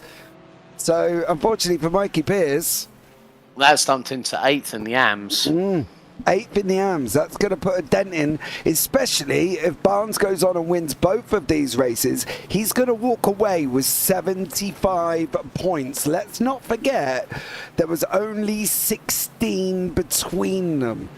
So Pierce got 44 in race 1. Where is he sitting at the moment? 1, 2, 3, 4, 5, 6, 7, 8, 9 in race 2. Let me just do some quick maths here. So he's 9th in race 2 currently at the moment in the feature race, and he's only going to score 32 points for that 9th place. So he's still going to be a long way back from Barnesy at the moment, because he's going to be 22 in race 1, 22 in race 2. That's 44. He's got a 16 point gap, so that's 50, 60. Barnesy's going to be 15 points ahead by the time they go into the next race. So for Mike Pierce, that's damaging, and that is what you do when you end up making that mistake yourself. Oh, dearie me. I feel for Mikey Pierce, but you know what? This will make things even more exciting for the next round, which, if I remember correctly, is going to be Road America, isn't it? It is. We are going to be off to Road America here as well next week, and then we got Sebring, and then we finish at the Nurburgring. It was a Nurburgring for the last race. That was the one we postponed due to the week 13 update that was going to take longer than expected, and we had to make a quick decision during the day. Was we going to take the chance? Was we going to knock it off? We thought it was easier if we cancelled it there as well. Done, dusted, straightforward. Everybody knew, and then everybody could go out and make plans and spend time with the family in the evening. So it was a decision that was made. Now, this is where we're at that lull period, Alex, with this 10-minute period to go. You know, we've got gaps appearing throughout the field. 2 seconds, 5 seconds, 3 seconds, 4 seconds, 5 seconds. We've still got Williams going for it over Richard White. Now, this will do Williams a world of good if he can get past White here and get them points, because that will allow him then to go and have a go at Stuart Rice, who he really needs to be taking points off for that AM fight as well. So there's going to be a couple of AMs that are really going to benefit from the fact that Mike Pierce is down in 9th at the moment in class. So for Mike Pierce, he's not done himself any favours, Alex. I've got to be honest, it's really going to close these guys up compared to where they were now. So this AM battle is going to get really spicy going into the last 3 rounds. Oh, 100%. I couldn't agree with you more there, James, because sometimes, well, Pierce is going to have to come back fighting at Road America. Elbows sharpened. And it is... He'll be kicking himself after that. He'll be like going, what was I doing? Because when you're going for a pit stop, you know, you are still on tenterhooks. You're like thinking, oh, will I still keep the class lead after this? And then you make a small error, even if, you know, like going into the pits, if you don't hit the pit speed limiter, you are at the mercy of the system software. Stop and hold, slam dunk penalty. There's your opportunity of getting some major points going into round 8 next week at Road America, so he's going to have to fight back from it. Rob Williams, keep it calm, be a little bit earlier on the brakes through into the first corner. He's just lost out to Derek Crowther, who's at the tail end of the pro class in 10th position. But that just goes to show that at this point now, because darkness is setting in, the headlights are going to be the only real sort of point of reference, along with the glowing LEDs on the back of the cars in front of you. But this is where now the braking side of things are going to change. You're going to have to you're going to have to anticipate more. You can't just fling it in the corner and hope it sticks. You've got to be really careful of when you turn in, when you brake, when you steer that car in, and how much steering angle you're going to put on it as well. Yeah, definitely. There is going to be, for Williams' point of view, his only hope now is that Deck Crowther can get in front of Richard White and bring White back to him, and maybe get in front of Stuart Rice. Decker's obviously, you know, been very quick in that BMW. I'm not entirely sure how he ended up down the back of the grid here, to be honest. I didn't see anything flash up to say that Crowther's had a bit of an error. So he's entered the pit lane, he came out of the pit lane, he had a 19-second stop, so there was no real drama for Derek Crowther than that I can see. Apart from being pushed into the pit lane earlier on, wasn't he? Yes, actually he was, wasn't he? Yep. Yes, was it Paddy Faulkner who Yeah, put it him was in there? Paddy Faulkner who had the slightest contact with him on the latter stages of lap 8, and then Derek had nowhere to go apart from, oh well, I've got to do a trip down the pit lane, I might as well put a fresh set of boots on it, put all the fuel I can into it and see how long it runs. Well, he's still got 7 minutes and he's running on low 2-minute 10s, which is about comparable with Chagnon and Manners, who are 9th and 8th respectively in the pro class. But yeah, that moment there between him and Paddy Faulkner on the tail end of lap 8 really set a course for Derek Crowther's race that he hasn't been able to.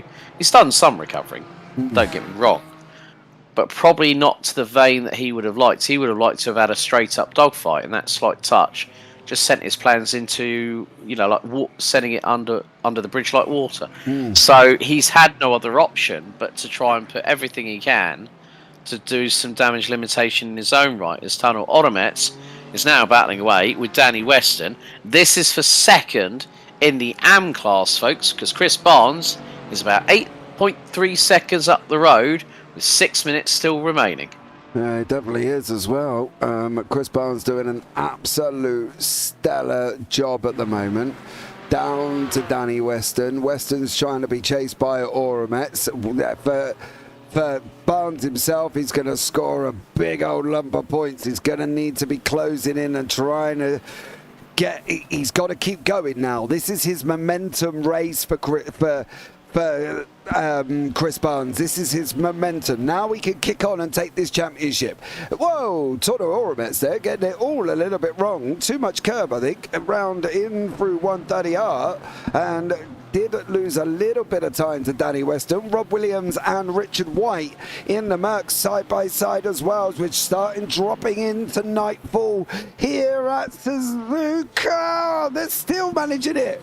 They're still too wide from White and Williams as they go down into Casio Triangle. Here's Williams going to send it in. He did, and he kind of almost now send it in. They're going to be side by side coming out the exit of Casio Triangle. Williams on the left, White on the right as they run down now, down into turn 1. They're still going here, Alex. They're still side by side. I think Williams might just be able to hold on into turn 1. Yeah, it's going to be close between these two. They're nearly wheel to wheel, side by side into the first corner. Williams puts it through, carries the momentum nicely through the first part of the sweeping left-hander before they go into the Snake Complex before the adverse camber corner, just heading into Dunlop very, very shortly. It was nip and tuck. They were nearly wheel to wheel, nearly very much like Senna and Mansell at that point, weren't they? Sorry, I forgot to unmute myself. That's all right, mate. It happens. But don't you worry, they were, yeah, definitely. But they managed it side by side, which was great from these guys. Danny Weston, Toro Automets still going at it. This is a battle in the AM Championship. This is third place. There's only 5 seconds between these guys as well. 5 points between these guys in the championship here, Alex. 3.5 minutes remaining. The leaders are going to cross the line on 3:41, so we should just about get another 2 laps here, and we're descending now into nightfall. We're descending where you start losing yourself a little bit here with that nighttime. You've got to kind of adjust. I do find it easier when you're on track when it goes night. It's worse if you, for an endurance event, if you've got in the daytime, you've taken your break and you've come back and it's nighttime, it's a lot tougher. But these guys, well, I say they're coping well. Automets there nearly ended up going out wide. He's now got to try and go. Oh, Weston, don't! Oh no! Oh, and the minute Danny Weston did that, Ottomets knew. I think the thing was going into the Casio Triangle. Ottomets was trying to do the latest of Danny Rick style sends on Danny Weston. Not too sure if it might have caught Danny by surprise, but he's just gone straight on at the Casio Triangle. And Ottomets has just gone through very, very quickly indeed. Yeah, he did that. So, great job, I suppose, from Ottomets not making contact with Weston. And unfortunately for Weston, it's a little bit hot on the old beans here. So, still some great racing happening throughout of this race. As I keep losing Richard White there, unfortunately, as well. Richard White, I think it's Richard White, he keeps vanishing on me. So Stefan Mellis is into the pits. Mikey Pollard has taken a little bit of a diver off the circuit. It probably was only just a brief off track, as he's still not very far behind Richard Simnor, who looks like, to be fair to him, Alex, he looks like he's on a third 2 out of 2 here. He only lost 1 over since round 5, and that was when Beeman cleaned up in the feature in Zandvoort. It's been Simna double at the Brands Hatch, Simna double at Magny Core, and it's looking like another Simna double here at Suzuka. That's an impressive run by the number 21. He's just not put a foot wrong. His qualifying prowess has been unfathomable. I mean, like, he was 3/10 ahead of Pollard come the end of that 10-minute qualifying session. His strategy at the starts, you know, backing the entire field up and then bolting and not giving anyone a chance to respond. And yeah, six wins in a row. Mikey Pollard has got to really try and find something to get past Simnor and try and break that winning streak. As we now have Chris Evans, who's currently sitting down, I think, 4th in the Yams at the minute. And he's closing in on... Who is that in front of him? That is going to be... Crowther. Yeah, so Crowther will probably lick his wounds and come back to fight another day at Road America next week. It's not been an easy one for him. No. But it's going to be a case of just get the car to the end, get the points on the board, and then look at what your tactic's going to be for Road America next week. Yeah, he is. Oh, no! Torno Ornitz and Danny Weston. Did the BMW go loose? Oh! No, Danny. Oh, they both did. They both did. They're fortunate enough they had a gap there over Chagnon. For Torno Oromets, though, and Danny Weston, that could have been a little bit more dramatic, and they could have cost themselves both there. They managed, I think both of them have probably survived that, Alex, to be honest. Mikey Pierce is now trying to get on to this White Williams battle. He needs all the points he can get, and it is going to be the final lap here, and it is looking like Richard Simnor is going to take this double. 6 race wins in a row. The 3rd double of the season for Simnor, flashing his lights over frantically here at Suzuka. It is Richard Simnor from AIRaceSummaries.com. Tracy team. Pollard there behind him. Piercy's having a go at Mikey White, Richard White.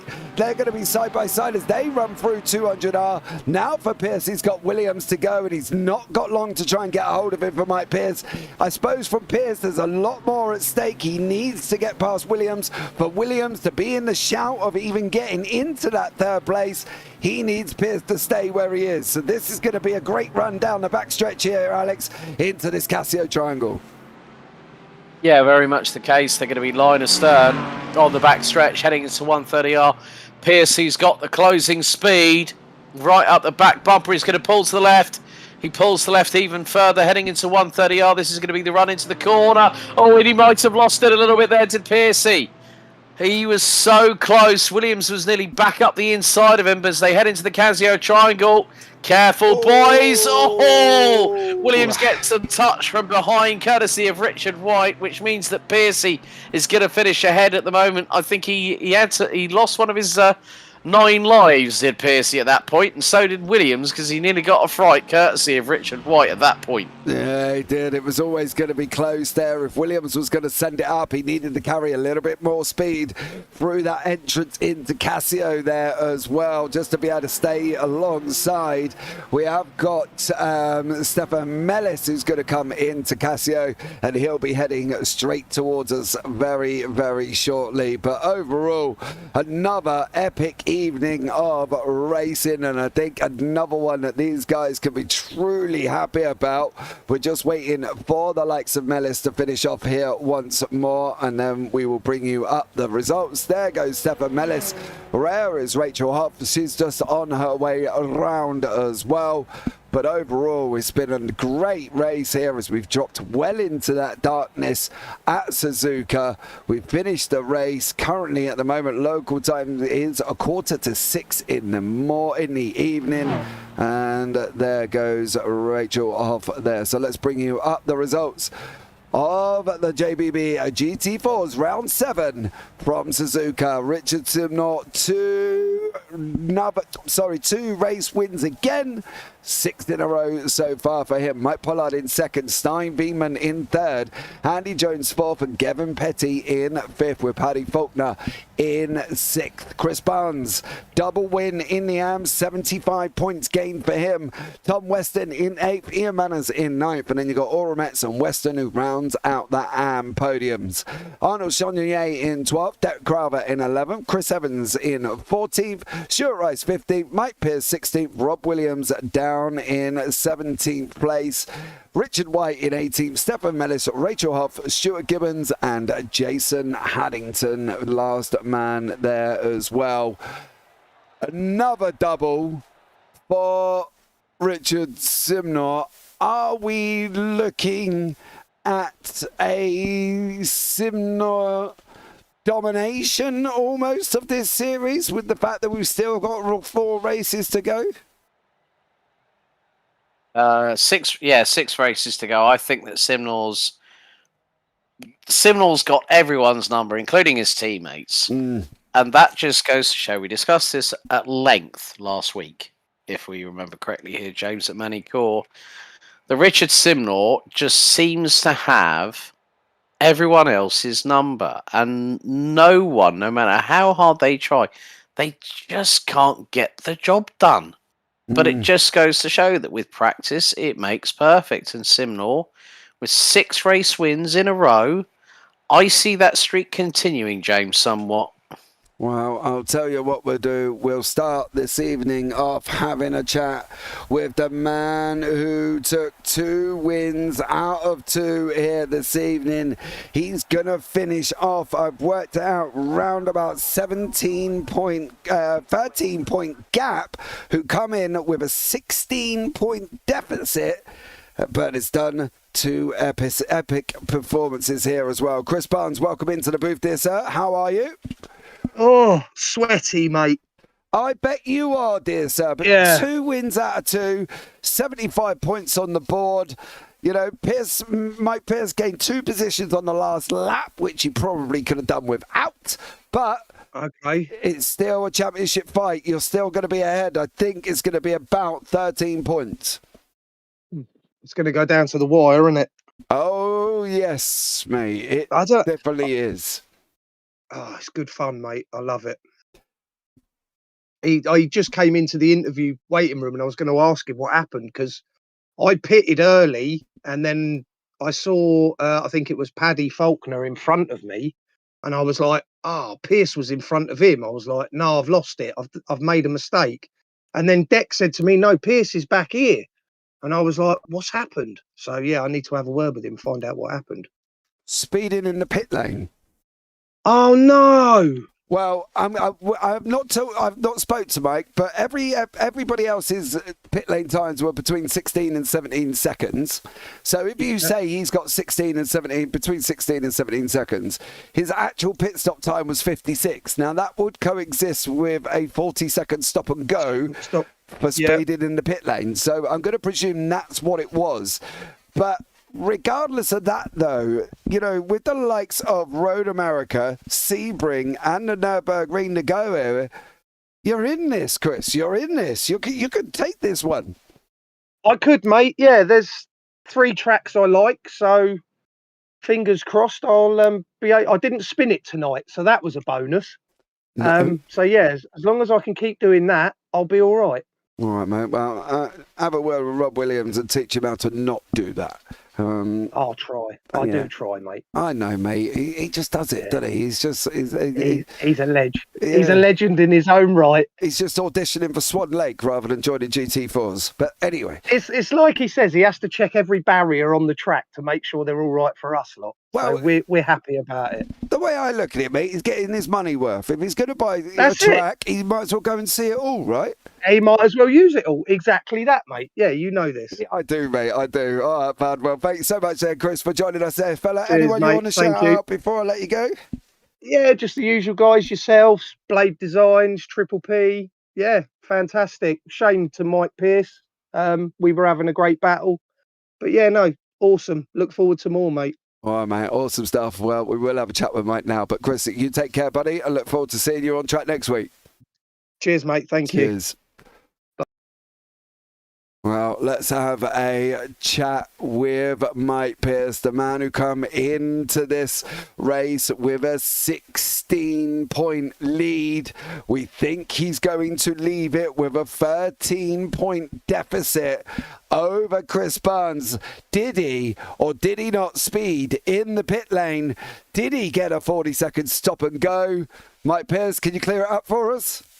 I did indeed get speeding in the pit lane and a 40-second penalty. Oh, bingo! Just missed my break point. Oh, mate. I just missed it, and the moment I missed it, I knew it. I just slammed on the brakes, and it was too late. I went through that like pit line at like 100 kilometers an hour or something. It was, I was just gone. Oh. I might as well have just carried on and just gone all the way down the pit lane at full throttle, to be honest. Well, you might as I well. already got the penalty. Yeah, you might as well gain some time back. Exactly. You Yeah. know what I mean? Such a shame there, but great battle though at the beginning with Chris Barnes. You 1-2 in the first race. You probably should have been 1-2 in the second.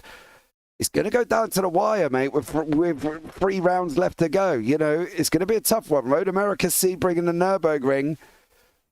It's going to come down to it, isn't it? It's going to be tight. Yeah, I mean, he was quick today. I wasn't particularly quick at this track. It's I struggle here. I'm not a fan, shall we say? But yeah, he was quick. Even in practice, I could see he was quick. I mean, I pipped him by like 0.05 of a second, but I knew that wasn't going to be my race pace. And then when we got into the race, and I saw the times he was saying, I was like, yeah, I'm not gonna hang on to this. My only hope was hanging on and hoping I got a decent pit stop and undercut him, and then that all went wrong. So that didn't work. Yeah, but in hindsight, if you'd taken second here, you know, you would have lost points, but it wouldn't have been quite as dramatic. You probably would have lost 6-9 points out of the 16 you had going in, so you still would have been 7 points ahead, which I know, don't get me wrong, is not massive, but a lead the lead. But now with that one mistake, you're coming out, I think, round about 13 behind here. And to catch the likes of Chris Barnes, who just seems consistent, it's going to be a tough one, isn't it? Yeah, that's it. That's the problem. I need to be getting as many points as I can in these races where I'm not winning it really. It's so tight between us. So yeah, a bit of a shame to get the penalty, but I guess it makes it exciting. I mean, the way I see it is he was 16 behind at the start of this, and now he's 13 ahead. Maybe next week I'll have that swing. That'd be nice. Well, yeah, it will We'll be. see. It'll take you near enough level going into the last 2 rounds. But Mike, thank you so much for joining us there, bud. Anyone you want to shout out before I let you go? Just custard creams, really. Just going to give the custard creams a shout out. Big up the custard creams. Oh, That's it. no. Give me a bourbon or a Jaffa cake. Bourbon or a Jaffa cake, yeah. Oh, we did Jaffa cakes last week. We've moved on for Jaffa cakes. We're at custard creams now. Okay, well, you go and enjoy your custard creams, buddy, and I look forward to seeing what you can do at Road America. Cool. All right, I'll catch you later. All right, take care. Cheers. Right, and next up in the booth is the man who seems a myth because he's got 3 doubles in a row, 6 race wins for Richard Simnart from the AI Race Summaries.com Tracy team. They could have shortened that, I'm not going to lie. But what a great job he is doing, cementing his hold on the championship with one hand. Can he put two hands on it at Road America next week? Well, let's have a chat with him about tonight first and see how he's got on. Welcome in, Mr. Simnor. How are you, dear sir? I am absolutely shattered. Absolutely shattered. That was probably the hardest I've had to drive. I honestly feel sorry for Mike. I think he drove so well, keeping me absolutely on my toes. I mean, he just got really unlucky with his pits. But other than that, we were trading laps for 45 minutes in that feature, and in the sprint it was just absolutely quali laps the whole way. I am absolutely looking forward to a drink. No, I bet you are, mate, as well. Gives you that one hand though. You've got the one hand on the cup. Do you think you can get your double? I'd like the tracks coming up. Obviously, we've got Nurburgring at the end. Mikey and Stein, when we were practicing that before, were quicker. So I know that there's a tricky last round coming up. But yeah, Road America I quite like, and Sebring I am pretty good at. So yeah, I hopefully touch wood, they pan out the way I hope they pan out. I mean, it's a lot of work. It's a lot of effort to stay in front of the guys. You know, I probably have to work the hardest to get to where I am. The other guys are probably on paper a lot quicker, so it's a struggle. Even if it does look, I don't know what it looks like on the broadcast, but I know last week it looked probably easier than it actually was. But this week, oh my god, yeah, I just knew I just couldn't make one mistake. Yeah, it pretty tired right now. Yeah, I bet you are there, mate. Well done for you. I'll let you go. 6 out of 6 here as well. Can you make it out 8 out of 8 at Road America? Well, guys, you're going to have to tune in next week to find out. Richard, anyone you want to shout out before I let you go, dear sir? Yeah, I'd like to shout out Bourbon Biscuits. I think they're great. Oh, yes. And Handsome Stu agrees in YouTube chat. He says, Bourbons, hell yeah. So good job. Custard creams for Mikey Pierce, but I suppose you get a second biscuit, you know, a second place biscuit when you go and get yourself a stop and hold in the pits. So there you go. Richard, pleasure as always, dear sir. And I'll catch up with you soon, buddy. Thank you. Cheers.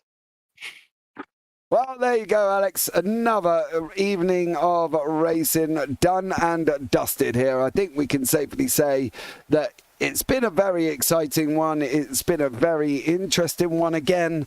And I can tell you now that AM fight, Alex, is going to come down to the wire.